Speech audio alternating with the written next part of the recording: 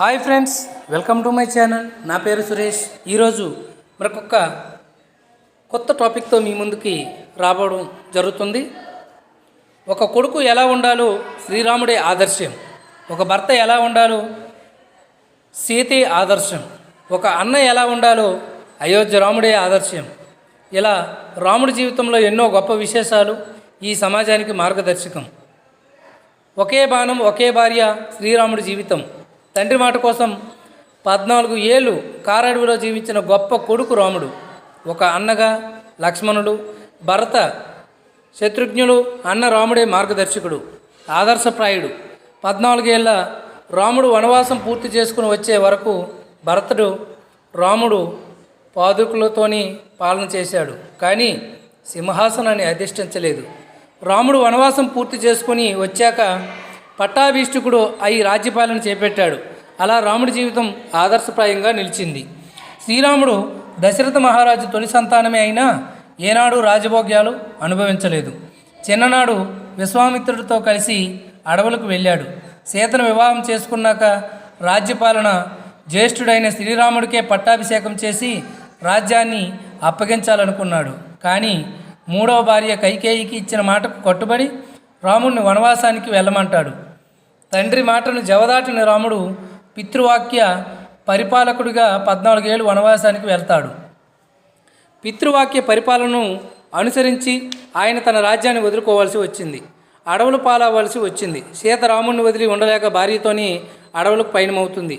అలాగే లక్ష్మణుడు అన్నను వదిలి ఉండలేక తాను కూడా అన్నా వదిలను అనుసరిస్తాడు.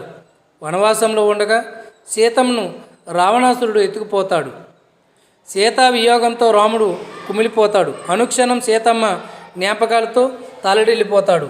ఆ తరువాత ఆమె జాడను కనుక్కొని తనకు ఇష్టం లేకపోయినా రావణుడితో యుద్ధం చేసి సంహరించి సీతమ్మను అగ్ని ప్రవేశం చేయించి పునీతిగా తనతో రాజ్యానికి తీసుకెళ్తాడు. కానీ అప్పటికే రాముడిపై బెంగ పెట్టుకుని దశరథుడు కన్నుమూస్తాడు. అయోధ్యకు చేరుకున్నాక రాముడికి పట్టాభిషేకం అంగరంగ వైభవంగా జరుగుతుంది. రాజ్యపాలన చేస్తూ కాస్త సుఖంగా ఉన్నాడనగా సీతమ్మపై పడిన అపవాదులు వినాల్సి వస్తుంది. అప్పటికే సీతమ్మ గర్భవతి. అటువంటి దిశలో ఉన్న సీతమ్మను, తన ప్రాణానికి ప్రాణమైన సీతను అడవులకు పంపిస్తాడు అయోధ్యరాముడు. అది ప్రజల కోసం. ఓ చాకలవాడు సీతమ్మ గురించి మాట్లాడిన మాటలకు సీతను తిరిగి అడవి పాలు చేస్తాడు రాముడు. రాముడి పాలనలో సుఖ సంతోషాలతో జీవించే ప్రజల్లో ఎవరో ఏదో అన్నారని ప్రజల వాక్కును గౌరవించని రాముడు నిండు గర్భిణిగా ఉన్న సీతమ్మను అడవులకు పంపిస్తాడు. ఆ తర్వాత వాల్మీకి మహర్షి ఆశ్రమంలో కవలలను లవకుశులను జన్మనిచ్చిన సీత ఆశ్రమంలోనే జీవిస్తూ ఉంటుంది. సీతమ్మ వియోగంతో రాముడు తలడిల్లిపోతుంటాడు. ఇటువంటి అశాంతి జీవితంలో ఈ రాజ్యపాలన వద్దని తమ్ములకు అప్పగించాలనుకుంటాడు. కానీ తమ్ములు అంగీకరించలేదు.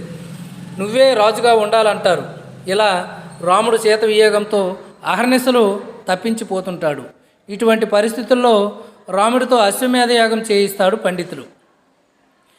ఆ అశ్వాన్ని కట్టేస్తాడు శ్రీరాముడి కుమారులు లవకుశులు.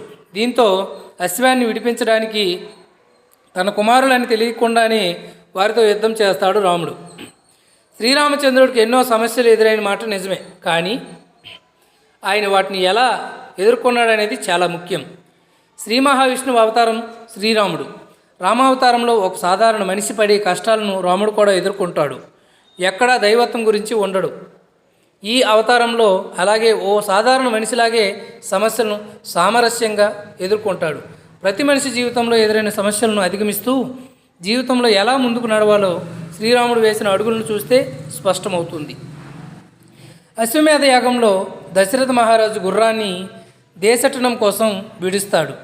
అది దేశంలో నలుమూలలా తిరిగి చివరికి రాజ్యానికి చేరుకుంటుంది.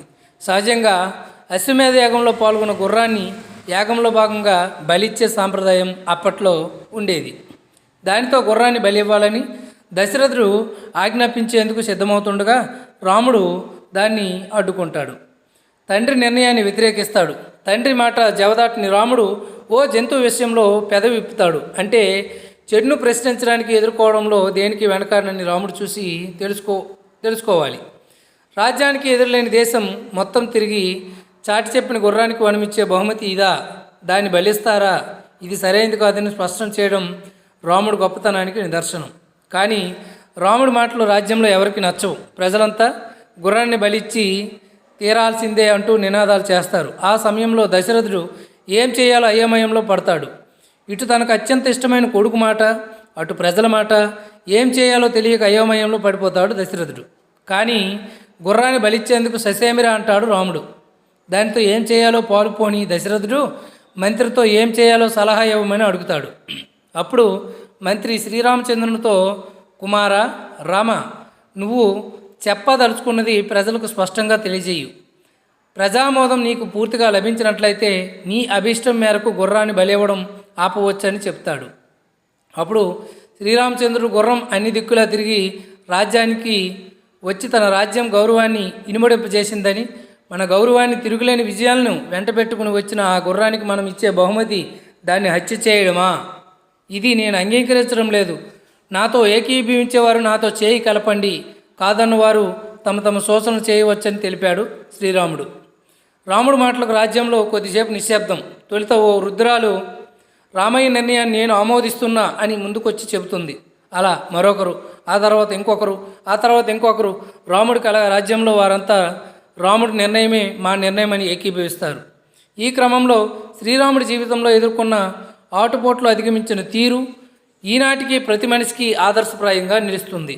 సమస్యల నుంచి పారిపోయే పిరికివాడిలా కాక ధైర్యంగా ఎక్కడ మాట్లాడాలో, ఎక్కడ ఎటువంటి నిర్ణయాలు తీసుకుని దానికి కట్టుబడి ఉండాలో రాముడి జీవితం చెబుతుంది. సమస్యలపై పోరాడిన తీరును చూసి ఆదర్శమూర్తిగా ఆయన కొలిచారు.